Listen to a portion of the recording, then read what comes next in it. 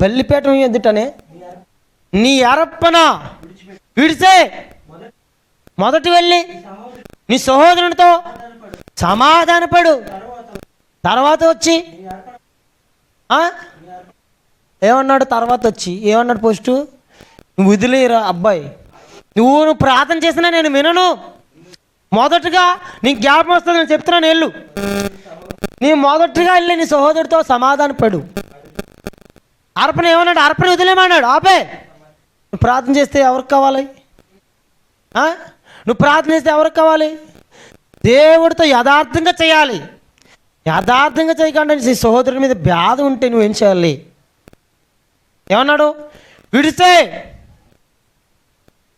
ప్రార్థన ఆపే, బలి అర్పణ ఆపే. బలిపీఠం యొద్ద నువ్వు బలి అర్పించేటప్పుడు నీ అర్పణ ఆపు. తర్వాత నీ అర్పణ ఆపి నీ సహోదరుని మీద జ్ఞాపకం వచ్చిన ఎడల ఆడి దగ్గరికి వెళ్ళు. జ్ఞాపకం రాకుండా ఉంటుందా? ఏమన్నా దేవుడు సొంతంగా ఆయన మాటలండి ఇవి.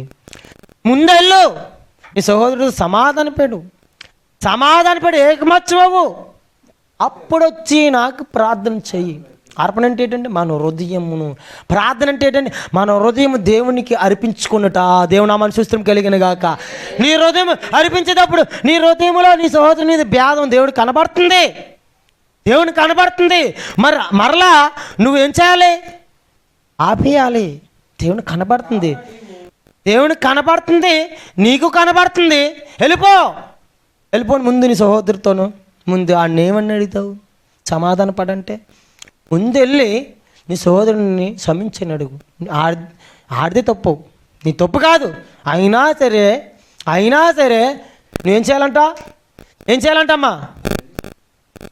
వెళ్ళి సమాధాన పెడు. అప్పుడు వచ్చి నాకు ప్రార్థన చెయ్యి. ప్రేమైన దేవుని సంగమా, అప్పుడు వచ్చి నాకు ప్రార్థన చేయంటున్నాడు దేవుడు. మరి మనం ఏం చేస్తామండి? కోపం ఉన్నా పళ్ళు కొరికేస్తాం, నవ్వులేస్తాం, తినేస్తాం, ఊసేస్తాం దుమ్ములు. ఆడు చిన్న మిఠావుండ్లా కనబడాలి, నోట్లో వేసుకొని నవ్వులేసి పిప్పి ఊసేస్తాం అండి. ఆడు మిఠావుండ్లా కాండి, ఆడు మనకంటే గాడిదలా కాంతాడు అండి. దేవునామానికి సుస్థిరం కలిగిన కాక.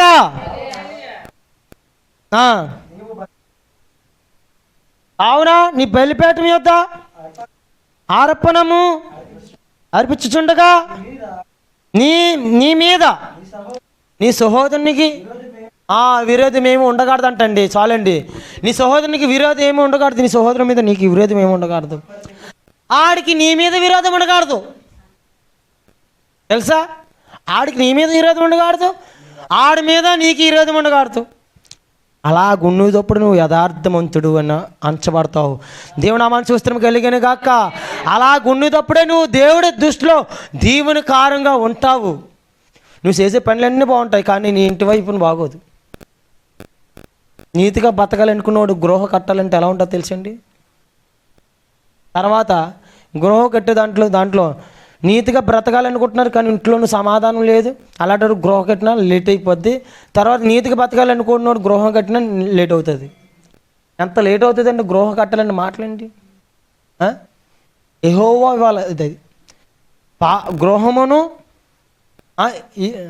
భార్యను యెహోవా ఇచ్చే దానం అంట. దేవునామాన్ని సుస్థిరం కలిగిన గాక.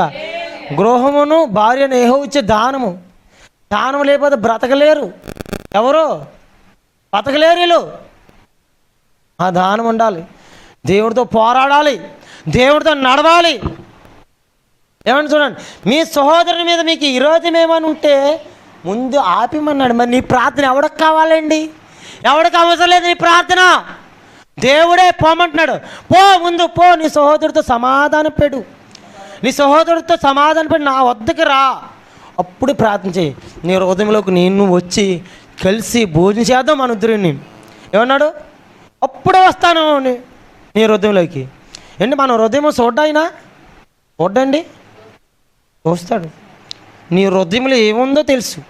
నీ హృదయం ఎవరిని నవ్వులేదాం అనుకుంటున్నావో, ఎవరిని చంపేద్దాం అనుకుంటున్నావో, ప్రభువా మా శత్రువులు అంతా నువ్వే చేయాలి అని అంటున్నామో, అలాగే చేసినావు నువ్వు ఏమవుతావు తెలుసా?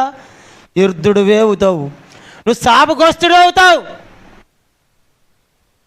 ప్రేమైన దేవుని సంగమా, దేవుడు చెప్పే మాటలు చూడండి ఎలా ఉన్నాయో. మూడు మాటలన్నా మూడు వచనాలండి చాలా కఠినంగా ఉన్నదండి దేవుడి మాటలండి, చాలా కఠినంగా ఉన్నదండి. దేవుడు నామాన్ని సూత్రం కలిగిన గాక, దేవుడు నామాన్ని సూత్రం కలిగిన గాక. కృపగల దేవుని ఎలా నమ్ముతున్నామండి? ఏం అర్థం చేసుకుంటున్నాం దేవుని మనం? ప్రార్థన చేసేటప్పుడు ఎలా ఉండాలి? నీ ఎంత ఖర్చు ఉందో నేను చంపేశాడు, కత్తిచ్చి పోటు చేశాడు, అయినా సరే నువ్వేం చేయాలా? క్షమించా. ఆడు మారాలంటే నువ్వు దేవుని ప్రేమని తలపాలి. ఒరే నేను క్షమించరా, ఒరే అదేట్రా నేనే కదరా నిన్ను ఆ రోజు పొడిచిపోయాను, చంపేశాను, నేనే చంపిపోయాను నిన్ను, అయినా బతికో, నీ దేవుడు నిన్ను ఎలా బతికిచ్చాడు? నేను వచ్చి ఈరోజు క్షమించమని అడుగుతున్నా ఇంతమంది ఉండగా సిగ్గుపడ్డండి. క్రైస్తవ బిడ్డ సిగ్గుపడే అవసరమే లేదు. ఎంతమందిలో ఉన్నా క్షమించమని అడిగేస్తాడండి. ఒక్కడగా ఉన్నా క్షమించమని అడిగేస్తాడండి. అంతమంది ఉన్నా క్షమించమని అడగాలి. ఆ వ్యక్తి ఏమవుతాడని చెప్పండి. వీళ్ళు దేవుడు ఇంత గొప్పవాడా? ఈ దేవుళ్ళు ఎంత మహిమ ఉందా? నన్ను చంపిపోయాను, నన్ను క్షమించమని అడుగుతున్నాడు ఏంటి? నేనే కొట్టాను ఆ రోజు, నేనే కదా అంతమందిలో మొఖ మీద మూసాను, అంతమందిలో మొఖ మీద మూసింది నేనే, నువ్వు నన్ను వచ్చి క్షమించమని ఏంటి? అది కాదండి అన్న, నా దేవుడు నిన్ను క్షమించమని అడగమన్నాడు, నా దేవుడు నిన్ను క్షమించమని అడగమన్నాడు అన్నా అని చెప్పాలి. నువ్వు అలాగే అడగవు, నువ్వు అలా చెయ్యవు, చేస్తావా అలాగే? దేవుని నామాన్ని సూత్రం కలిగిన గాక. ఏమన్నాడు? నేను మీతో చెప్పినది ఏమనగా, తన సహోదరుని మీద కోపపడి ప్రతివాడు విమర్శకు లోనగును, తన సహోదరుని చూసి వ్యర్థుడా చెప్పేవాడు మహాసభలకు లోనగును. మళ్ళీ ఏమంటున్నాడు? కింద తన సహోదరుని ద్రోహి అనేవాడు అగ్ని, నరహ అగ్నికి ఏమన్నాడు? ఇలాగ వినాలమ్మా, అలాగా అలా సారేసిద్ది, అలాగా అలా తిరగాల.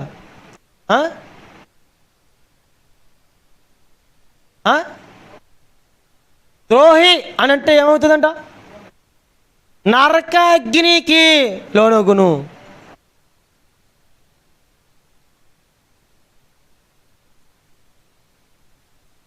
దేవుని నామాన్ని సూత్రం కలిగిన గాక.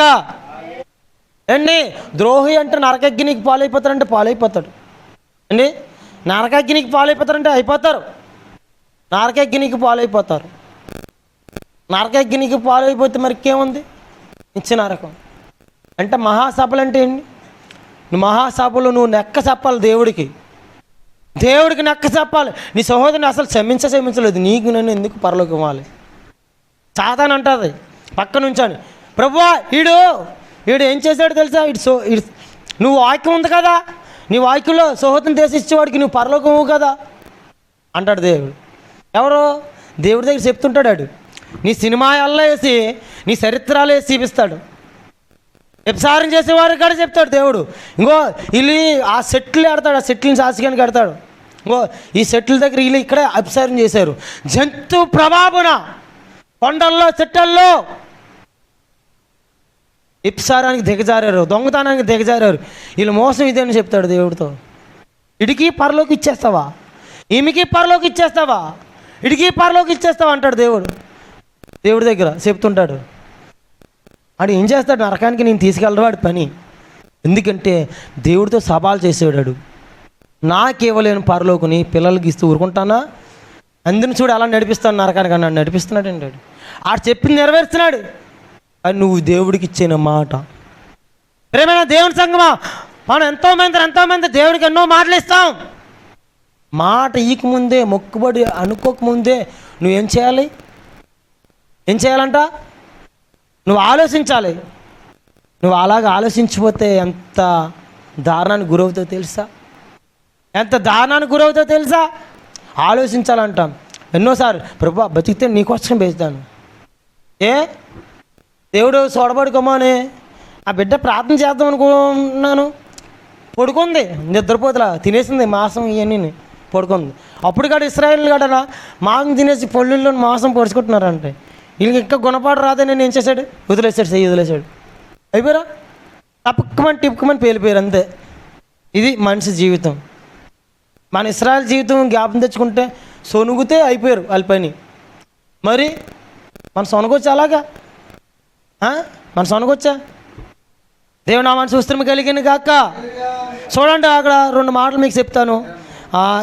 33వ వచనము. మరి నీవు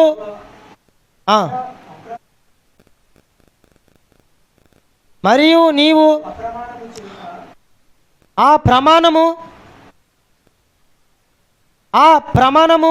సైక నీ ప్రమాణములను ప్రభువునకు చెల్లింపవాలని పురుకులతో చెప్పబడిన మాట మీరు వినారు కదా. నేను మీతో యేసుప్రభు మాట్లాడుతున్నానండి, గుర్తుపెట్టాను. నేను మీతో చెప్పినది ఏమనగా, ఎంత మాత్రమును ఒట్టు పెట్టుకొని వద్దు, ఆకాశం తోడనవద్దు. అది దేవుణ్ణి ఆలకించాలమ్మా, అయిపోయింది సమయం. అది దేవుని సింహాసనము, భూమి తోడనవద్దు. అది దేవుని పాదం, యెరూషలేము తోడనవద్దు. అది మహారాజు పట్టణము.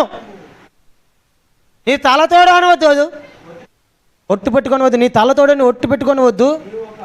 ఒక వెంట్రుకను నల్లగా గాను తెలుపుగాను మార్చలేవు, చేయలేవు, నీకు చేత కాదు. నీ మాట అంటే అవునంటే అవును, కాదండి కాదు. ఏమన్నాడు? ఒట్టు పెట్టుకొని వద్దు, ఆకాశం తోడను. మరి ఏం మీద వేయాలా? నీ తోడు నాలుగు మీద వేసుకోవాలమ్మో, ప్రమాణం నాలుగు మీద. దేని మీద ప్రమాణమే చేయగాడుతావు నువ్వు. చాలామంది ఏం చేస్తారు